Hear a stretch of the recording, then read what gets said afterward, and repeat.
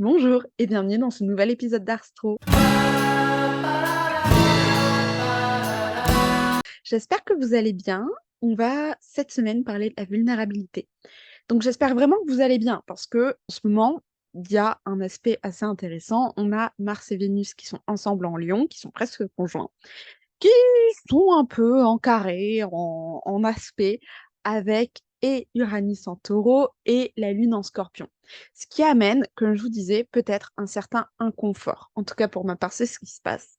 Ça amène un certain inconfort où on se pose des questions sur son authenticité, sur comment être plus en phase avec soi, comment aussi mieux accepter sa vulnérabilité. Et c'est un sujet assez mastoc, notamment pour les énergies scorpion et lune en scorpion qui sont liées avec les énergies lion, qui sont elles aussi à la recherche d'authenticité, mais de manière plus lumineuse, plus comment mieux irradier, être authentique, mieux irradier, mieux impacter, tandis que le scorpion cherche à mieux impacter, mais d'une manière plus authentique, plus profonde, amener des émotions, amener des choses importantes et intéressantes aux gens.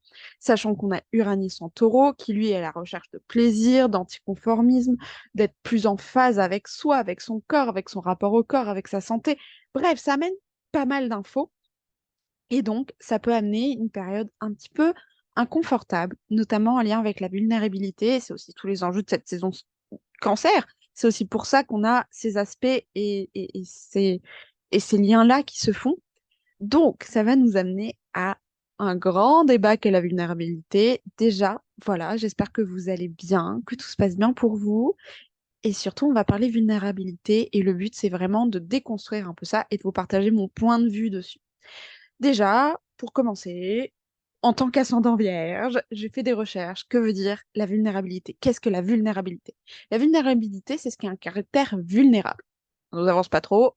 Qu'est-ce donc être vulnérable? Vulnérable, c'est, dans ce que j'ai trouvé dans le dictionnaire, c'est pas très glorieux, hein. C'est ce qui est prêt à se faire attaquer, ce qui est prêt à recevoir une blessure, ce qui est faible, ce qui est sensible, ce qui peut être douloureux. Et donc, c'est pas très positif, hein. Clairement, il y a des choses plus positives dans la vie. Et j'ai souvent eu ce rapport-là quand je parle de la vulnérabilité et quand je dis, par exemple, à des coachés que j'ai pu avoir. Et la vulnérabilité, c'est bien en fait. Ils me regardent avec des grands yeux. Comment ça, la vulnérabilité, c'est bien? Non, c'est pas confortable, c'est pas bien, je le vois pas comme un allié. Et en fait, ça amène une sorte de dissonance. Et je vais donc vous partager ma vision de la vulnérabilité et ce que j'apporte aussi vis-à-vis de la vulnérabilité à des personnes. C'est que pour moi, la vulnérabilité, c'est quelque chose de génial. Oui, je ne suis pas folle, je vous promets. La vulnérabilité, pour moi, c'est une force. C'est vraiment, en fait, mettre son cœur à nu, sentir ses émotions, les vivre, les accueillir, savoir les partager, savoir les montrer, savoir partager ceci, partager le message, partager sa sensibilité. Donc oui, la vulnérabilité, c'est lié à la sensibilité. Sauf que de base, la sensibilité, c'est quelque chose qu'on voit mal et qu'on nous apprend souvent à cacher. Pour le coup, j'ai toujours été très sensible. On a aussi beaucoup le partage des hypersensibles en ce moment dans le monde du développement personnel, de la psychologie. Et en fait, l'hypersensibilité, c'est pas souvent bien vu parce que justement, on est trop sensible, on se laisse trop avoir par ses émotions, on se laisse trop contrôler par ses émotions.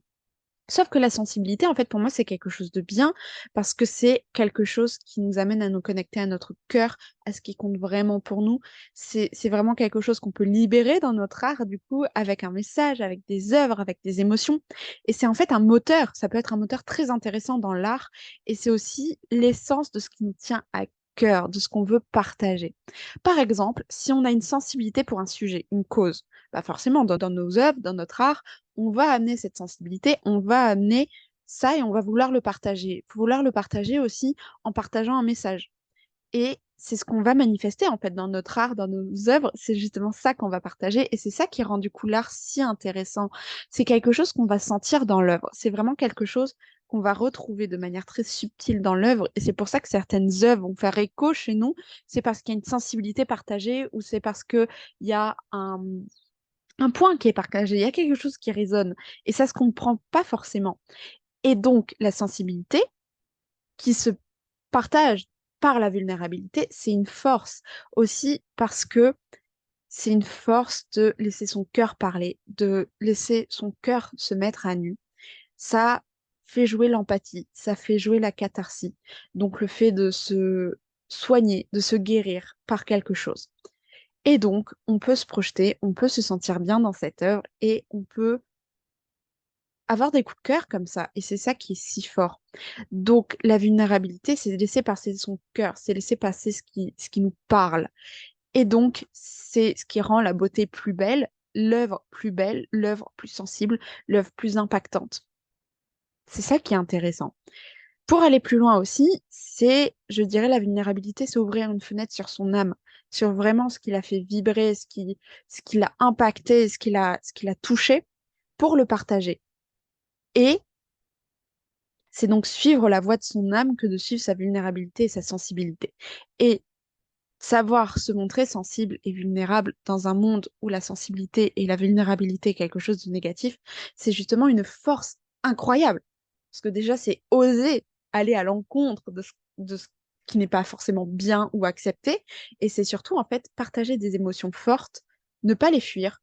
C'est aussi se montrer à nu et c'est aussi une force incroyable parce que quand on est capable de partager sa vulnérabilité, c'est qu'on est capable en fait de se dire, OK, ça me touche de manière très intime, de manière très forte, mais je le montre quand même parce que je sais très bien que ma sécurité, elle est intérieure et je n'ai aucun problème à le partager au monde parce que je sais très bien que c'est une force en moi et que je n'ai pas besoin de l'extérieur pour définir comment je me sens à l'intérieur. C'est tous les enjeux de la saison cancer, hein. Sachant qu'on peut aussi penser que se montrer vulnérable, c'est tendre le bâton pour se faire battre. Comme si, bah, on tendait quelque chose pour qu'on vienne nous toucher de manière très intime, très violente, et que ça va nous déstabiliser, et que on va finir encore plus mal, et que on va finir blessé, qu'on va mal finir. Sauf qu'être vulnérable, c'est donc toujours se connecter à sa force intérieure, à ses ressources, et c'est aussi, ok, j'expose une part sensible de moi, mais l'extérieur n'a pas de pouvoir pour me blesser. L'extérieur, en fait, il est pas là pour me blesser, il n'a pas le pouvoir de me blesser, car je sais déjà qui sont les personnes à qui je peux donner du pouvoir par les mots. Je sais aussi quel est mon entourage, donc je peux me montrer vulnérable et c'est un entourage sain qui me met en confiance. Donc en fait, c'est un amour de soi, c'est une estime de soi que de savoir se montrer vulnérable.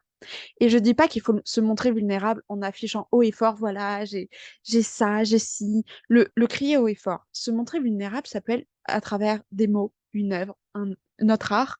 Et c'est pas forcément le montrer de manière très claire. Ça peut être le montrer par ses émotions, parce qu'on a transmis dans son œuvre.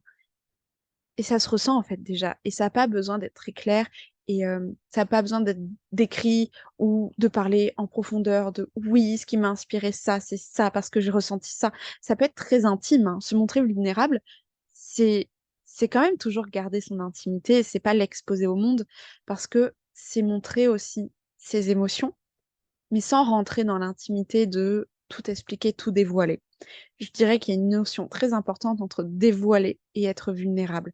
C'est-à-dire que se dévoiler entièrement, c'est ce qu'on fait à son cercle intime. Je vous invite pas à le faire avec n'importe qui, mais on peut se montrer vulnérable par son art, pas forcément à son cercle intime. Et ça, c'est une force, et c'est aussi toute la beauté des émotions et toute la beauté de notre art, c'est savoir le faire. Et c'est aussi être très humble et avoir énormément d'humilité parce que on a connu quelque chose qui nous a fait mal. On a connu quelque chose qui nous rend sensibles. Donc on peut le partager avec énormément d'humilité parce qu'on sait que c'est quelque chose qu'on a déjà exploré, c'est quelque chose de sensible et qu'on peut le partager. Et c'est vraiment un langage d'âme à âme où vraiment il y a le message sensible qu'on capte plus ou moins de manière claire, mais qu'on capte. Soit ça résonne chez nous et forcément on est touché, soit ça résonne moins et on peut quand même être touché, mais d'une autre manière ou peut-être pas autant. Et c'est ça qui fait que l'art pour moi est merveilleux parce que c'est rempli d'amour, c'est rempli de bienveillance, d'humilité, de partage, et c'est une force paisible, parce que c'est pas une force qui va arriver et qui va démontrer qui est le plus fort et venir s'imposer, c'est vraiment une force douce et paisible de je suis en paix avec moi, je suis en paix avec ma sensibilité, je suis en paix avec mon âme, qui je suis, ce que je fais. Je me sens libre et je le partage. Et c'est ça qui est beau et pour moi qui est quelque chose de très fort. Voilà. Et donc la vulnérabilité, ce n'est pas en fait être faible, ce n'est pas être insensible aux attaques extérieures, C'est juste en fait avoir cette force paisible, partager sa vulnérabilité sans se dévoiler entièrement. Et c'est ça l'équilibre. Et c'est ça qui est intéressant de voir dans des œuvres. Et c'est souvent ça qui rend les œuvres les plus sensibles. C'est-à-dire quand on voit ne serait-ce qu'un chanteur qui va chanter avec ses émotions, avec sa vulnérabilité, sa sensibilité, ben en fait, la chanson, elle vibre pas de la même manière. Et c'est pour ça qu'il y a certaines chansons que des artistes s'approprient, parce qu'ils l'ont écrit avec le cœur, avec l'âme, et d'autres qui vont être différentes. Et c'est ça aussi qui touche notre sensibilité, et c'est ça qui touche notre propre vulnérabilité, parce que ça va résonner de manière plus ou moins sensible avec d'autres choses. Et c'est pour ça que l'art est un partage et une beauté, et c'est aussi pour ça que l'art se fait en conscience et avec confiance, parce que c'est partager sa vulnérabilité sans se dévoiler, mais quand même partager une partie de soi, un bout de son âme. Voilà, c'était un débat. J'espère que ça vous a plu, que ça vous a intéressé. N'hésitez pas à me faire des retours si vous le souhaitez sur vous, ce que vous sentez de la vulnérabilité, ce que vous en pensez, comment ça résonne chez vous, comment vous le partagez dans votre art, comment vous le sentez, s'il y a des œuvres comme ça qui vous touchent plus que d'autres. On va maintenant passer à l'analyse des transits astro de la semaine. Donc, cette semaine qui s'étend du vendredi 30 juin jusqu'au 7 juillet, on a quand même quelques petites activités. On a déjà, dès aujourd'hui, je vous parlais, donc cette fameuse conjonction qui amène à la sensibilité, à la vulnérabilité, au fait de s'autoriser, à grandir, à se montrer. Donc, c'est quand même assez challengeant. Donc, dès demain, samedi 1er juillet, on a la conjonction parfaite entre le Soleil et Mercure en Cancer. Je vous en parlais déjà la semaine dernière, la conjonction, elle est parfaite dès demain. Ensuite, on a donc avec cet aspect-là qui nous amène beaucoup de sensibilité à comment exprimer de manière authentique aussi son monde intérieur, comment son monde intérieur peut définir comment on s'exprime, comment son monde intérieur peut définir son expression de soi artistique. On a avec un trigone, donc un aspect plutôt favorable, avec Jupiter en taureau, et un sextile du coup avec Saturne en poisson.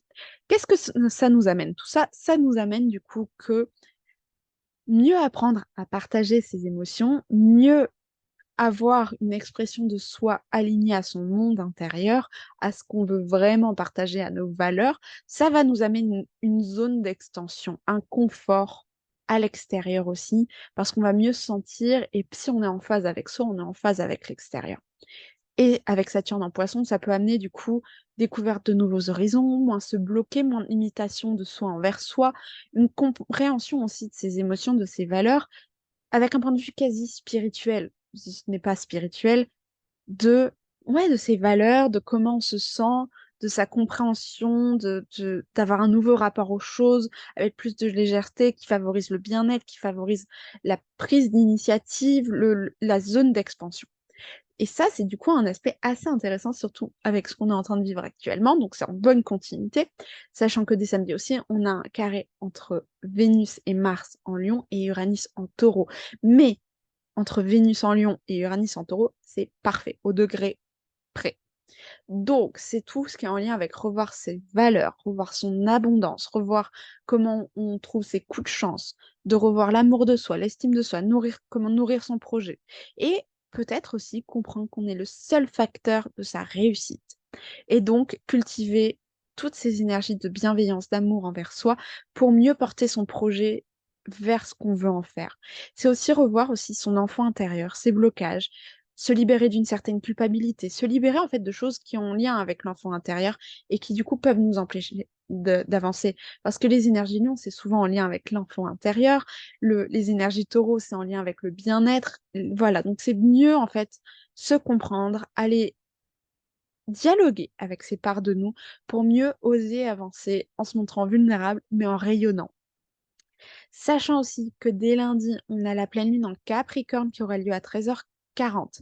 Donc cette pleine lune en Capricorne, elle a quand même pas mal d'aspects. Déjà, elle a un ascendant balance, elle a la lune qui est du coup en Capricorne en maison 4, avec le soleil et Mercure qui sont conjoints en maison 10 en Cancer. On a les fameux liens de Mars et Vénus en Lion qui sont au carré d'Uranus en taureau, mais en bon aspect, le bon aspect de la Lune et du Soleil avec Jupiter en taureau et Saturne en poisson. Bref, plutôt que de vous expliquer tout ça qui va peut-être pas vous parler, on va aller directement sur se connecter à l'essentiel, c'est-à-dire la connexion à la beauté avec un ascendant balance, à ses émotions, à trouver l'équilibre entre justement l'ascension sociale avec les émotions et l'ambition, comment trouver un équilibre entre bien-être et travail, entre des choses qui viennent nous travailler, l'estime de soi, la confiance en soi, mais en même temps le partage de son heure. Bref, il y a quand même pas mal de choses en lien avec les aspirations, son bien-être. Donc, ce que je peux vous inviter à faire, c'est vraiment vous libérer de surplus d'émotions qui vous retient pour vraiment aller avancer vers ce qui vous tient à cœur, vers vos projets, oser être pleinement vulnérable et en même temps avec cette force douce, cette paix, cette confiance. Madame Kaline arrive. Donc vraiment, ça nous amène tout ça et ça va être une pleine lune assez intéressante aussi pour la mise en place de ces projets et la réussite de ces projets, tout avec le fait de savourer son bien-être et de cultiver son bien-être et son cocon. Genre mon cœur. Autre aspect intéressant cette semaine, c'est jeudi 6. On a la fin de la conjonction entre Soleil et Mercure en Cancer. Donc on peut mieux comprendre comment fonctionnent nos émotions. On peut aussi avoir moins d'émotions vraiment fortes qui ont besoin de s'exprimer. Mais ça va nous donner plus de clarté sur qu'est-ce qu'on nourrit dans nos émotions, comment on nourrit nos émotions, comment est-ce qu'on prend le temps aussi de vivre ces émotions, de comment on s'autorise à les vivre, de s'autoriser aussi à vivre des émotions qui sont moins faciles, mais s'autoriser à les vivre parce que si ces émotions sont là, c'est qu'elles ont besoin d'être vécues et donc s'autoriser à les vivre, s'autoriser à clairement et librement avoir son expression de soi et surtout favoriser son bien-être, favoriser son cocon pour vivre ses émotions de manière saine. Voilà, j'en profite pour vous rappeler que vous avez toujours la possibilité d'avoir un accompagnement sur 6 séances avec moi pour débloquer votre art, votre créativité, ce que vous voulez mettre en place. Voilà, si vous êtes intéressé, si vous voulez des renseignements, vous avez la possibilité de réserver un appel découverte gratuit pour voir si ça match, si ça vous intéresse, si ça répond à vos besoins ou pas, et de voir ça avec moi. Si vous avez une problématique et que vous souhaitez la régler en une séance, il y a aussi la possibilité de faire un accompagnement en une fois qui s'appelle Artistic Shot pour vraiment en fait venir voir ce qui vous bloque et le débloquer en une séance. Et vous avez également la possibilité de faire un bilan astrologique 100% artistique avec Artistic Call qui du coup pareil est réservable sur mon site internet. Je vous mets tout dans la description. Si vous êtes intéressé, si vous souhaitez vous découvrir, je vous y invite. Si vous avez des questions, vous pouvez me contacter avec grand plaisir aussi. Et du coup, je vous souhaite une bonne semaine, plein de belle créativité, d'amour et à vendredi prochain.